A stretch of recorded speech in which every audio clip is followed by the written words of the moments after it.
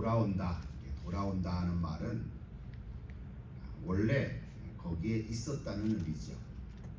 그냥 간다가 아니고 돌아온다니까 원래 있던 곳이 있었어요. 본래의 자리로 가는 거죠.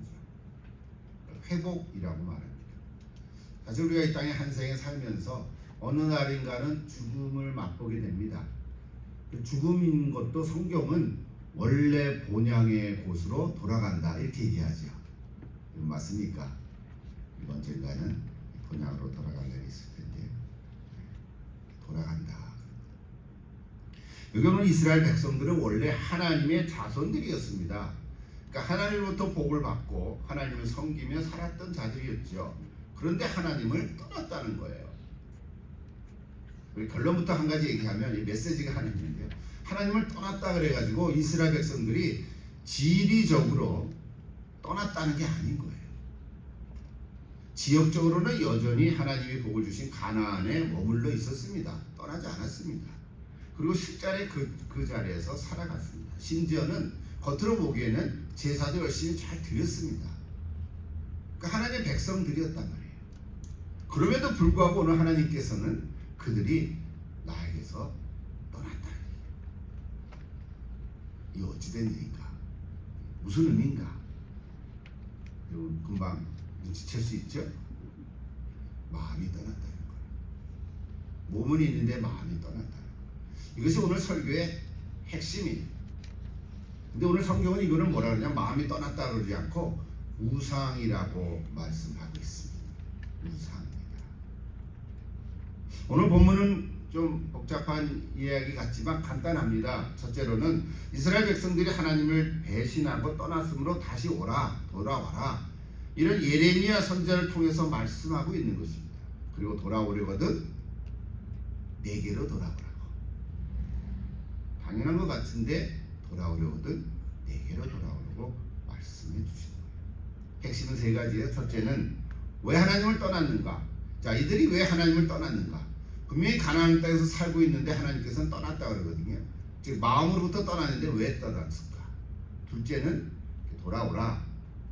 돌아오라는 말은 이제 return 그러는데요. 회개하라, repent라고 하는 의미가 있는 거죠. 회개하라. 그리고 마지막에는 돌아오라는 내게로 돌아와라. 그 이야기. 성경 구절은 복잡한 것 같지만 의미적으로는 분명합니다. 첫 번째로요. 이스라엘 백성들이 하나님을 떠났다는 것을 성경은 우상, 즉 우상 숭배라고 말합니다. 우상 숭배. 우리가 우상을 잘 알죠. 이거를 영적으로는 영적 간음이다. 비유적으로 이렇게 얘기합니다. 비유적으로 영적 간음이다. 이렇게 얘기를 하는 거죠. 자, 구약 성경 전체 흐름을 보면 이스라엘 백성들은 늘 전부라고 해도 과언이 아닐 정도로요. 이스라엘 그 역사를 이렇게 우리가 가끔은 이야기하는데요. 여러분 구약 성경을 그래도 한 번에 읽어보셨을 거 아니겠어요? 그러니까 구약 성경을 쭉 읽어보면 이 한 가지 때문에 늘 말씀인 거예요. 하나님께서 원하시는 이 한 가지만 잘해라 그러면은 문제가 없는데 그 한 가지를 잘 못하고 있는 거예요. 그래서 맨날 징계를 받고 심판을 자초하는 거예요. 그 한 가지가 뭐예요? 우상을 섬기지 말라는데 왜 그걸 그렇게 섬기는지 잘 이해하기가 어려울 수도 있어요. 우상 숭배인 거예요. 여러분 오늘날 우리는 우상을 섬기지 않죠? 불상을 섬기면서 예배 다니는 사람 있습니까? 예배를 드리고 그런 건 없어요. 겉으로 보기 그죠? 없단 말이에요. 그런데 이제 이 우상이라는 단어를 이제 오늘 우리로 이제 생각해 보면 이게 복잡해지는 거예요. 현대판 우상 이렇게 많거든. 그러니까 현대판 우상 이걸 먼저 정의를 하나 내려보면요. 하나님보다 더 우선순위로 사랑하는 것은 무엇이든지 우상이다.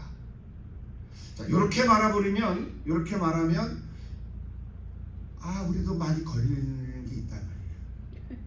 그러니까 이스라엘 백성들이 우리가 볼 때, 왜 그 우상을 그렇게 섬기지 말라는데 그렇게 섬기냐? 우리는 그렇게 이스라엘 백성들에게 얘기할 수 있는데, 현대판 우상으로 하나님 자리에 그 무엇을 놓으면은 그게 우상이 된다라고 이렇게 정의를 얘기하고 이제 선포하면 나도 걸리는 게 있다. 그러니까 우리가 이스라엘 백성들을 뭐라고 그럴 자격이 없어. 사실 구약성경 중에 이스라엘 백성들이 그거 하나 가지고 맨날 얘기하는 거거든요. 이방신 섬기지 마라. 우리는 이렇게 생각해요. 아니 하나님께서 베풀어 주시는 은혜가 얼마나 그렇게 크고 많은데 하나님을 잊어버리고 이방신을 섬길 수 있겠는가? 우리 이렇게 질문을 던지거든요. 근데 그 질문은 사실은 나한테 던지는 거죠. 그리고 내 자녀들한테 던질 수도 있고요. 그리고 우리 자녀들이 다 예수 믿는 것 같은데 조금 구체적으로 영적으로 좀 깊이 있게 얘기해 보면 우리 자녀들 가운데도 우상을 섬기는 것들이 한두 가지 있을 수도 있다 이 말이에요. 모르긴 해도 걔네들은 그렇게 생각 안 해요. 나 예수 믿는 사람 크리스찬인데 이제 이렇게 얘기할 수 있어요. 맞아. 하나님이 은혜를 주셔서 얼마나 고맙고 감사하냐. 오늘 말씀을 생각해 보면 조금 점검해야 될 것 같아요. 그래서 오늘 이거는 현대판 우상 이렇게 얘기를 이렇게 합니다. 우리도 겉보기에는 우상을 섬기지 않습니다. 우리가 뭐 북상을 섬기는 사람이 어디 있겠어요? 뭐 타종교를 믿는 사람이 어디 있겠어요? 우리 다 예수 믿고 성경 믿고 그렇게 살아간단 말이에요. 우리는 이방신 섬기지 않아요. 그렇죠? 이방신 섬기지 않습니다. 확실합니다. 그런데 오늘 조금 하나님보다 우선순위에 놓고 있는 게 있는가? 이렇게 물어보면 나 이거 하나 있는데 이런 게 있다. 그거를 하나님께서는 우리에게 단지하고 계십니다. 하나님보다 우선순위에 놓는 거가 뭐가 있을까? 그거예요. 가장 떠오르는 것들은 뭐가 있을까요? 현대판 우상 가운데 우리가 뭐 이렇게 서로 나눌 수 있는 시간은 아니지만 우리 진성교 설교에 제가 선포할 수밖에 좀 생각해 보십시오. 제일 먼저 떠오르는 건 아마도 오늘 이 시대는 돈일 수 있어요. 돈. 적어도 근데 여러분 이제 돈을 섬기지는 않죠, 그죠? 뭐 아직도 그런 분이 있는지 모르겠지만 돈 또는 명예, 흔히 얘기하는 명예, 인기, 그죠? 권력 뭐 이렇게 세 가지를 늘 이렇게 전통적으로 얘기하고 있습니다. 조금 더 나아가서면은 소유물, 집, 자동차, 여성들은 그 예쁜 그릇, 프랑스제, 메이드 인 프랑스. 이거 못 버려. 그 다음에 명품 가방. 없는 사람도 있겠지만 명품 가방 하나 있으면 이거는 보석 같아. 그럴 수도 있단 말이에요. 그렇다고 오늘 우리들이 명품 가방 하나님보다 섬기지는 않지요. 근데 이제 그걸 귀하게 여기면 그것이 나를 벌로 넘어지게 할 수 있는 소유물이 될 수도 있다 이 말이죠. 또는 자녀. 오늘 우리들은 미국에 살아가니까 조금은 아닌 것 같은데 제가 한국에 있을 때는 우리 교회 정말 신앙이 좋은 권사님들 가운데서도 전부는 아니겠지만 자녀들이 우상인 경우들이 종종 봤어요. 자녀들이 우상인 거예요. 자녀들이 하나님보다 먼저예요. 그런 경우들이 종종 있습니다. 무슨 일이 있으면 예배 드리는 것보다는 그 일이 먼저일 경우도 있는 거예요. 물론 그거 가지고 뭐 다리가 부러져 가지고 하나님 두려워 이렇게 하면 아마 다 나올걸요. 근데 하나님은 그렇게 안 하시지만 근데 우리가 그럴 수 있거든요. 그러니까 이해는 할 수 있어요. 이해는 할 수 있지만 우리가 한번 점검을 해볼 필요가 있어요. 자녀들, 심지어는 배우자, 또 어떤 사람일 경우도 있어요. 어머니일 수도 있거든요. 어머니가 우상이에요. 그럴 수 있다. 그러니까 이런 것들을 우리가 좀 깊이 있게 보면은 그럴 수도 있겠다. 하나님보다 내가 이것을 더 우위에 놓을 수도 있겠구나. 그게 우상이라는 거예요. 근데 이거는 보이는 것들이잖아요. 보이지 않는 것들도 참 많이 있을 수 있어요. 보이지 않는 것들이 뭐가 있을까요? 다른 사람이 나를 칭찬해 주는 거, 인정받는 거, 칭찬해 주면 좋아요. 근데 칭찬을 안 해줘요? 그럼 이렇게 서운해져요. 그 마음 자체가 내게 우상이 될 수 있다. 뭐 이런 거 다 일일이 다 얘기하려면 시간이 없겠지요. 한마디로 자존심 상하는 게 내게 우상이 될 수 있어요. 여러분 자존심이 상하면 하나님보다 우상해요. 전에 우리가 몇 주 전인가요? 기분 나쁘다 그런 얘기 한 적이 있었죠. 기분 나쁘면 하나님도 바꿔치기 한다고요. 기분 나쁜 게 얼마나 파워가 강한지 모르겠어요.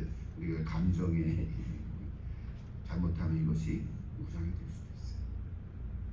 결국은요 한마디로 얘기하면 이거 다 뭐예요? 그냥 조금씩 예를 들었지만 결국에는 마지막에 가면은 내 자신이 내가 나를 섬기게 되는 거예요. 우리가 그렇게 말은 안 합니다. 그 말은 뭐예요? 내가 하나님인 거예요.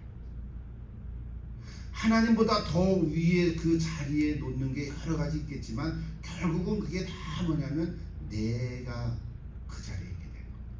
결국 이것이 우리가 잘 아는 에덴 동산에서도 죄가 시작된 거죠. 이게 결국은 사단의 죄예요. 원죄라고 우리가 얘기하는 거예요. 하나님 자리에 뱀으로 이렇게 해가지고 유혹하는 그 문장을 여러분 잘 아시죠? 너가 눈이 밝아 하나님과 같이 되어. 이게 우상입니다. 이걸 한마디로 얘기하면요, 탐욕이라고 말할 수 있습니다. 탐심.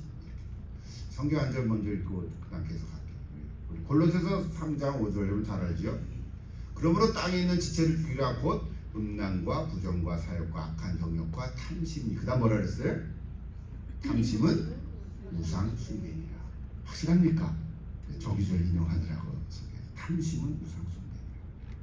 근데 그 6절에 보면요 저렇게 나와요. 이것들로 말미암아 하나님의 진노가 임하느니라. 예. 탐심 때문에 하나님의 진노가 임한다고 얘기했어요. 근데 탐심은 뭐냐면 우상 숭배라는 거예요. 여러분 야고보서 1장이죠. 1장 15절 보면 저렇게 됐어요. 욕심이 인택한즉 죄를 낳고 죄가 장성한즉 사망을 낳느니라. 탐욕, 탐심, 욕심 다 같은 말들이죠. 여러분 이스라엘 백성들이나 오늘 우리들이나 우상 숭배의 시작은 이 탐심에서부터 시작한다는 거예요. 이건 똑같은 것 같아요. 시대나 역사와 환경은 달라져도 그 중심의 마음에는 탐심이 있어요. 탐심의 종류가 다를 뿐이죠. 그러므로 우상 숭배의 싹을 키우지 말아야 해요. 처음부터 그러진 않았겠지만 그 탐심, 욕심이 싹이 나서 점점 커져서 그것이 그만 열매를 맺으면 그게 이제 우상이 돼버리는 거죠. 그럴 때도 하나님은 경고하세요. 하지 마라, 돌아와라 이렇게 얘기하는데 말 안 듣는 거예요. 그러면 이제 마지막에는 어쩔 수 없이 심판까지 있는 거예요. 그런 이스라엘 역사예요. 처음에는 별거 아니라고 여길 수 있지만 싹을 잘라버리지 않으면 하나님의 자리에 다른 것들로 차지하게 됩니다. 결국에는 하나님을 잊어버리게 된다. 처음에는 다른 것들로 채우다가 결국 그 자리에 내가 앉아있게 된다. 그래서 이거는 다른 신들의 모양은 수단이 되는 거고 진짜는 내가 신인 거예요. 내가 신이다라고 말은 안 하지만 자기 중심적인 신앙을 갖게 되는 것입니다. 이게 참 힘들어요. 오늘 저와 여러분은 적어도 여기는 이건 아니죠, 그죠? 내가 좀 부족한 건 있어도 여기까지 가면 안 돼. 그럼 지금 가만두지 않죠.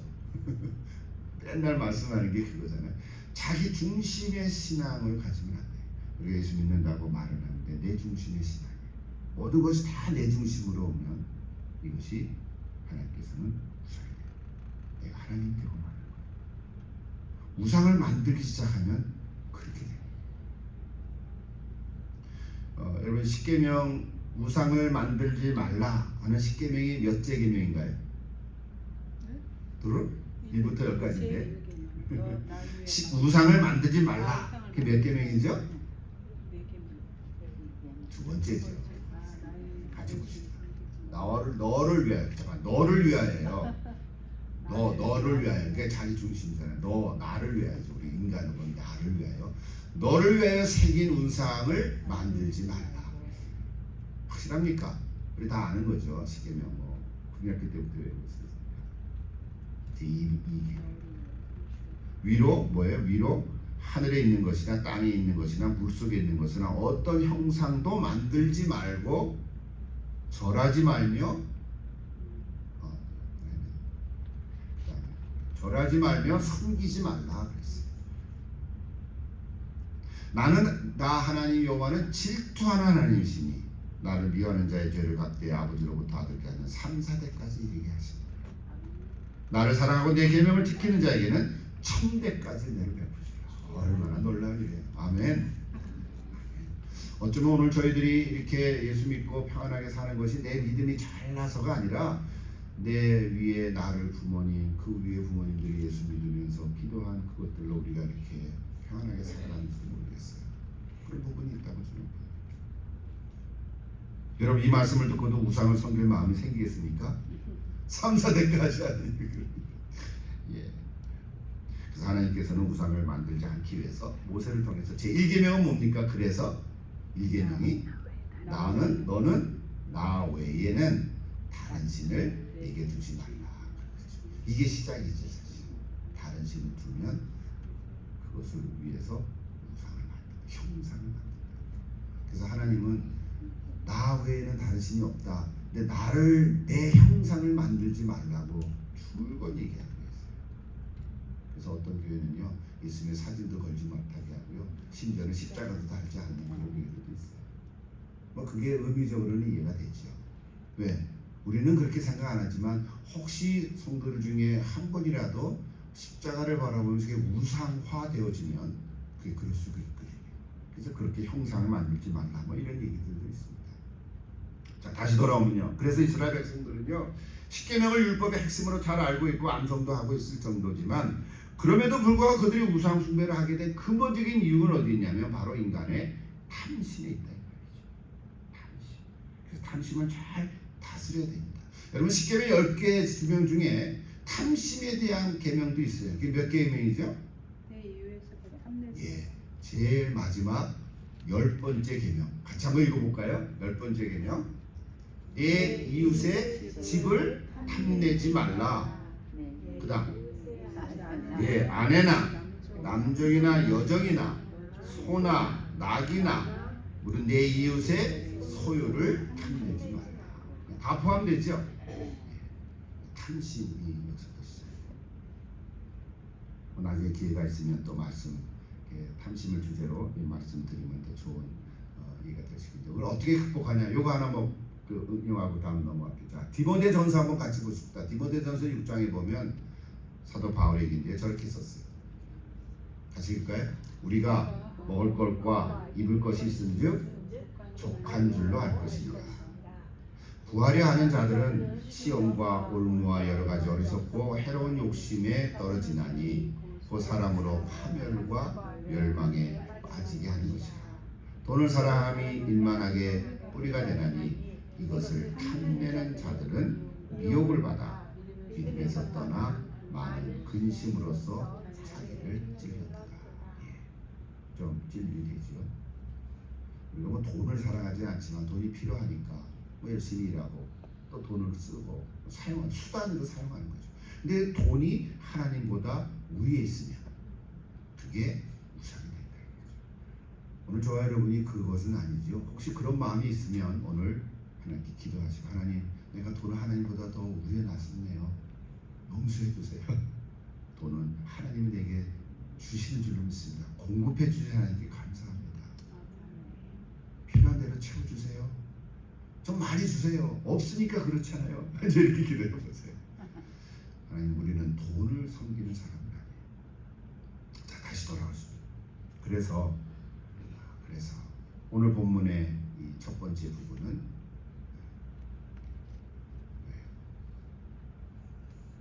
왜 우상을 섬기게 됐는가, 그 얘기를 조금 하겠습니다. 자, 둘째 부분으로 가보십시다. 22절부터 25절까지인데요. 22절 한번 보십시다. 핵심은 이스라엘 백성들이 그 얘기를 듣고 자백했어요. 자, 22절, 배역한 자식들아 돌아오라. 내가 너희의 배역함을 고치리라 하시니 보소서 우리가 주께 왔사오니 주는 우리 여호와 하나님 여호와이시니이다 그랬어요. 또 마지막 25절도 보면 22절부터 25절이 전체인데요. 25절을 보면 저렇게 썼어요. 우리는 수치 중에 눕겠고 우리의 치욕이 우리를 덮을 것이니 이는 우리의 조상들이 천년의 때로부터 오늘까지 우리 하나님 여호와께 범죄하여 우리 하나님 여호와의 목소리에 순종하지 아니하였습니다. 깨닫고 돌아왔어요. 회개했어요. 자백했어요. 고백했어요. 돌아왔어요. 잘했죠. 근데 사실 이 본문은요, 22절부터 25절 본문은, 성경은 저렇게 되어 있지만 원래는 예레미야 선지자가 하나님의 음성을 듣고 돌아오라 하는 음성을 듣고 이스라엘 백성들에게 하나의 제시한 기도문이에요. 참회의 기도문이라고. 너희들 저렇게 기도해라 이래요. 기도해라 저렇게 가르쳐주는 게 기도해라고 가르쳐주는 거예요. 그래서 주요 내용은 뭐냐면 우상은 헛된 거다. 너희들이 우상을 섬기는데 우상은 아무것도 아니야. 우상은 너희가 기도한 게 응답할 수도 없어. 우상은 원래 죽어 있는 거야. 왜? 사람이 만든 거잖아. 너희들이 만드는 거잖아. 그건 진짜 신이 아닌 거야. 다 아는데 그 얘기를 예레미야가 계속 하는 거야. 그래서 뭐라 그래요? 제가 성경 뜨리지 않지만 가축뿐만 아니라 심지어 가족들도 우상에게 바쳤는데 우상은 아무런 반응이 없는 거예요. 그렇죠? 여러분 돌 앞에 가서 절해보세요. 돌이 답을 합니까? 예전에 바다 얘기인데 바다에는 용왕신이 있다네. 용왕신에 처녀를 잡아 넣어보세요. 용왕신이 그 처녀 잡아먹고 바다를 잔잔케 합니까? 그런 게 없지요. 근데 옛날 우리 사람들은 그런 거 있었거든. 그게 우상이죠. 몰라서. 오늘 우리들은 그렇지 않지. 그래서 뭐예요? 스스로 깨달아야 돼요. 스스로 깨달아요. 이거를 각성이라 영적 각성이 필요해요. 그 영적 각성을 이루어야 회개가 나오기 시작합니다. 진정한 회개는요. 그래서 단순히 뉘치는 거가 아니고 뭐라 그래요? 돌이킨다 그러죠. 회개라는 말이 그렇잖아요. 뉘치는 거죠. 참여하는 거. 그리고 돌이키는 거예요. 참여하고 돌이켜야 돼요. 근데 만약에 뉘치기만 하면 어떻게 되나요? 저는 얘기했지만 제가 예를 하나 잘 드릴 수 있어요. 자기가 잘못했다고 뉘쳐요. 그리고는 돌아오지 않아요. 여러분 잘 아는 대로 마태복음 27장에 보면 가룟 유다가 은 30을 받고는 예수님이 어디 있다가 팔았잖아요. 근데 예수님이 잡아가면서 뭔가 기적을 일으킬 줄 알았는데 그런 거 그냥 이렇게 잡혀갔거든요.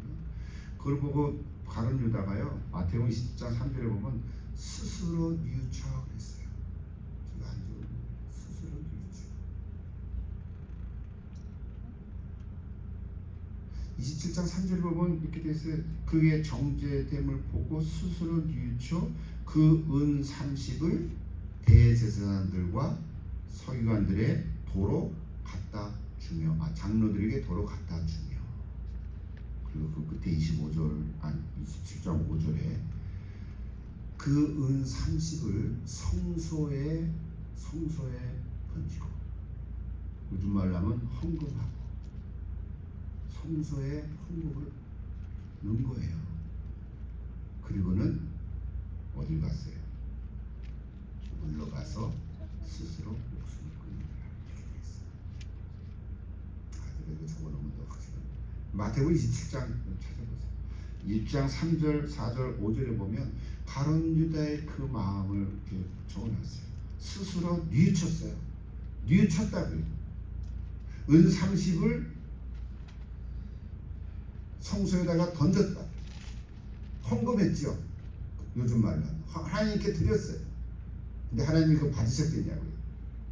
그러고는 스스로 물러가서 목숨을 끊었거든요. 그러니까 뉘우치기만 했다고요. 근데 똑같은 제자 베드로도 예수를 모른다고 3번이나 부인하고 저주까지 했잖아요. 그거는 어떻게 보면 그 죄질을 보면 유다보다 더 못된 거 아니에요? 그렇죠. 근데 베드로는 다굴기 3번 새벽 되기 전에 다굴기 3번 올 때 네가 나를 부인하리라는 말씀을 듣고는 생각이 나서 꺾여라고 닭이 울 때 생각이 나서 통곡하고 참여했어요. 뉘쳤죠. 똑같이 뉘쳤어요. 근데 베드로는 어디로 갔어요? 다시 예수님께로 돌아온 겁니다. 이게 달라요. 성경을 우리가 바꿀 수는 없지만 만약에 가룟 유다가 은 30을 받고 예수를 팔았다가 이게 아니다 하고는 뉘치고 다시 예수님께로 돌아왔었더라면 아마도 훌륭한 제자가 사도가 됐었을 수도 있거든요. 근데 어디로 갔어요? 예수님께로 돌아오지 않고 스스로 물러가서 사살했거든요. 그게 끝입니다. 그러니까요, 뉘치기만 하면 안 돼요. 예수님께서 해주신 비유 중에 여러분 잘 아는 탕자의 비유, 누가복음에 쭉 나오죠, 15장에. 근데 그 말씀을 보면 우리가 잘 아는 대로 탕자라고 얘기했지만 둘째 아들의 이야기죠. 첫째 아들, 둘째 아들의 얘기인데 원래 그 비유의 핵심은 사실은 아버지의 사랑 이야기예요. 그게 더 주제예요. 어쨌든 둘째 아들은 아버지를 떠나서 다시 재산이 없어지고 돼지나 먹는 쥐의 열매로 배를 채우고 했는데 주는 사람이 없었어요. 그러다가 17절 보세요. 같이 읽을까요? 이에 스스로 돌이켜 이르되 내 아버지에게는 양식이 풍족하니 그는 얼마나 많을까. 나는 여기서 줄여 죽는구나. 스스로 돌이켜. 이게 중요한 포인트예요. 터닝 포인트죠. 오늘 저와 여러분도 누구나 다 마찬가지예요.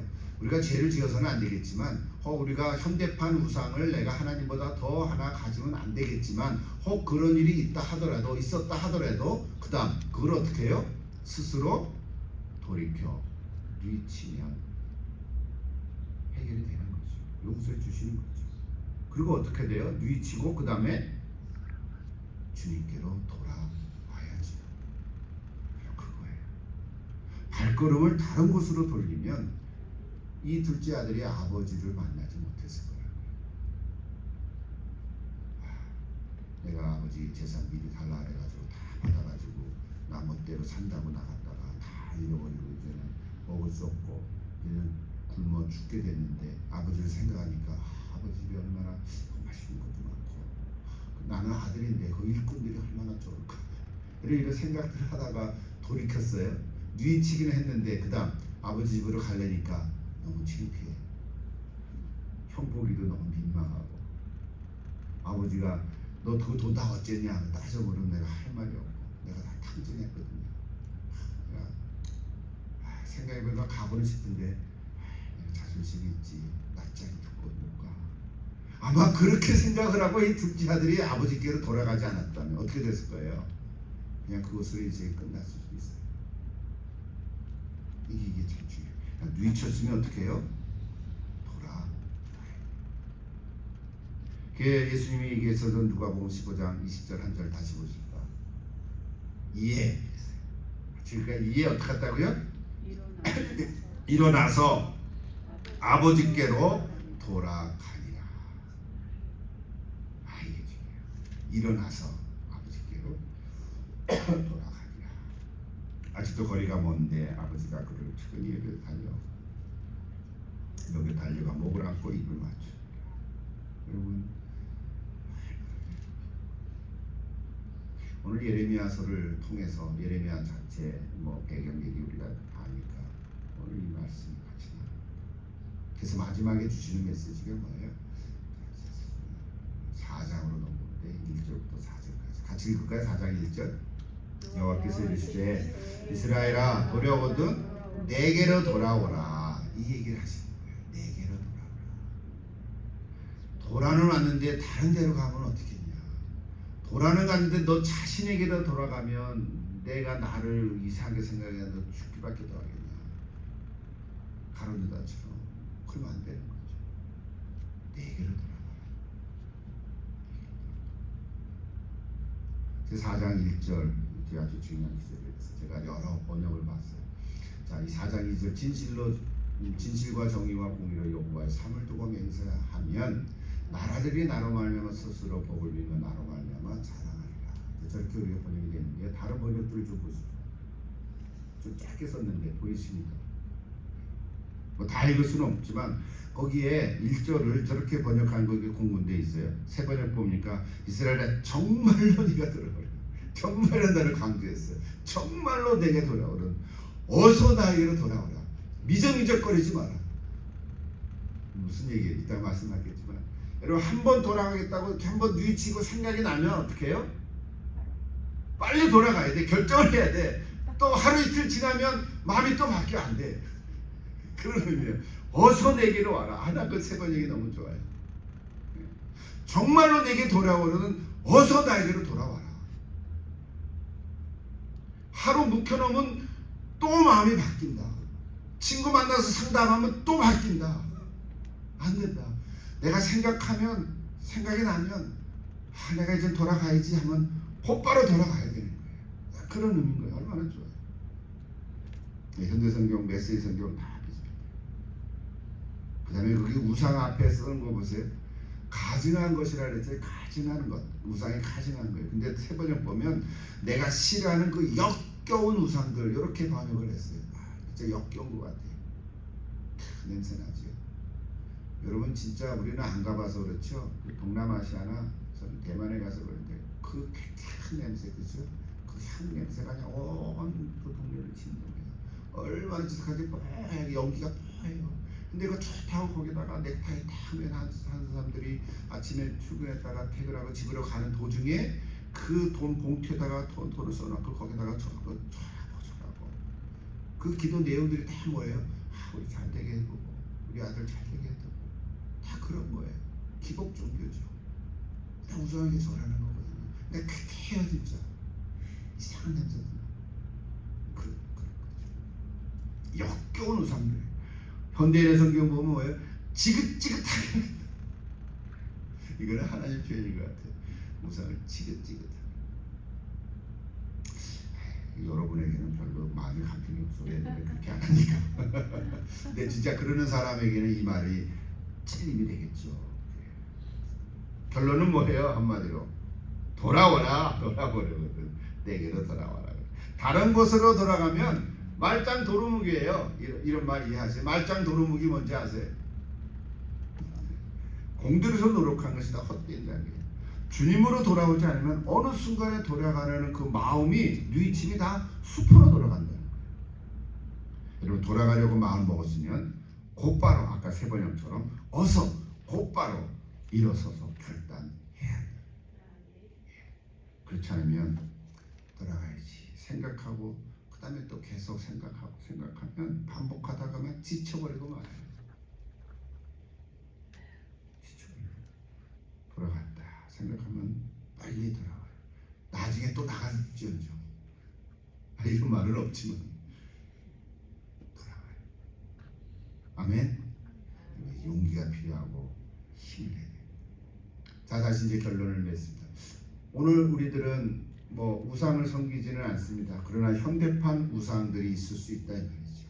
그런 우상을 섬기는 것이 혹시 내 안에 하나라도 있으면 진심으로 돌이키고 일어나서 주님께로 돌아오시기를 기도합니다.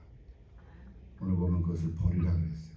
자, 오늘 4장 예레미야 3장 4절 5절에 보면 마지막에 메시지는 하나인데 비유를 두 가지로 설명하고 있어요. 4장 3절은 저렇게 됐어요.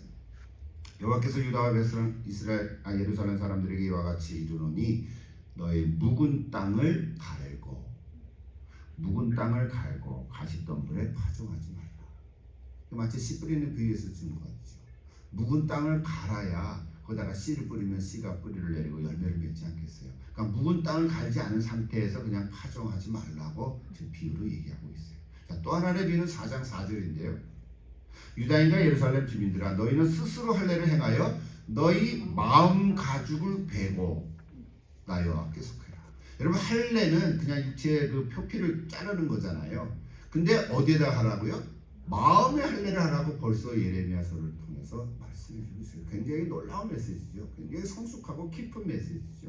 그냥 읽고 지나갈 수밖에 없지만 마음의 할례를 행하라는 거예요. 이걸 오늘 시작적으로 하면 세례를 받는데 우리는 세례를 다 받죠. 근데 내 마음에 고백이 없이 세례를 받으면 그 세례 받는 게 전혀 의미가 없는 거죠. 세례를 옛날에 받아놓고도 내가 세례를 왜 받았는지도 모르고 세례 받은 어떤 체험도 없고 그러면 그 세례라는 게 의미가 없는 거죠. 마치 이스라엘 백성들이 그렇게 할례를 행했는데 할례를 행한 어떤 그 아이덴티티 정체성도 없고 그렇죠? 진정성도 없다. 그래서 오늘 뭐라 그래요? 예레미야는 마음의 할례를 해라. 이게 마음 가죽을 베라 그랬어요. 여러분 마음 가죽이 어디 있나요? 내 심장에 세포를 한 10개 떼내려면 떼낼 수 있겠는데 마음 가죽을 베래. 여기 뭐 칼자국을 내라는 거예요.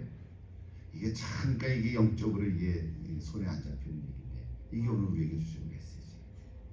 묵은 땅을 갈아라 똑같은 얘기죠. 마음 가죽을 베라 똑같은 얘기예요. 뭐예요? 내 마음 심령을 새롭게 해라. 여러분 죄는요 이제 마칠게요. 죄는 사회적으로 도덕적으로 윤리적으로 무슨 범죄를 해서 죄가 아니고 그것을 하기 이전에, 범행을 하기 이전에 벌써 내 마음에 죄가 시작이 된 거거든요. 그는 생각으로부터 나오고 생각으로부터 시작이 돼서 그 생각을 마음으로 잡고 마음의 자리를 잡고 그를 손과 발로 행동으로 옮기면 그게 이제 범죄가 되는 거거든요. 근데 그 생각을 아무도 알 수가 없거든요. 옆에 사람도 모르거든요. 하나님은 아시는 거죠. 왜? 심령의 생각을 감찰하시니까. 이게 이제 핵심인 거죠. 그래서 오늘 예레미야를 통해서 오늘 우리에게 주시는 메시지는 이거예요. 먼저 네 심령을 새롭게 해라. 그래서 우리는 날마다 새롭게 할 수밖에 없어요. 왜? 우리는 그럴 수밖에 없거든요. 가만히 앉아서 생각하는 게 뭐 24시간 몽땅 그러진 않겠지만 가끔 엉뚱한 생각을 뚱뚱뚱뚱 할 때가 있거든요. 그럼 그 생각의 나래를 또 쫓아가다 보면 어느 날 내가 어느새 어디가 있는지 모르거든요. 그러다가 띵동 전화벨 울리면 갑자기 깨죠. 여러분, 우리의 심령을 늘 새롭게 할 수밖에 없는 거예요.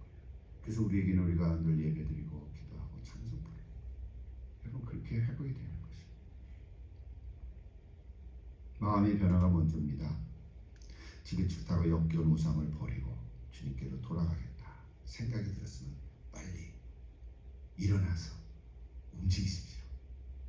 혹 주변에 그런 사람이 있으면 오늘 이 메시지를 전해 주십시오. 다른 거 다 빼고 예레미야 이 말씀을 전해 주십시오. 의심하지 말고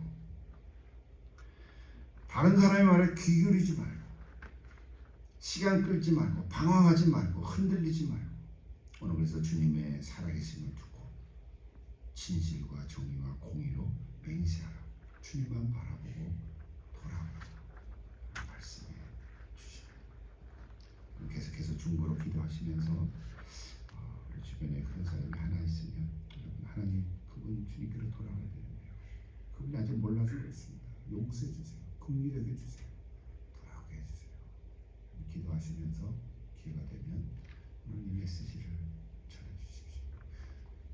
형제여 뉘치기만 하면 안 됩니다. 돌아오십시오. 다시 주께로 돌아오십시오. 옛날에 다 믿음 생활 하지 않았습니다. 다시 돌아오십시오.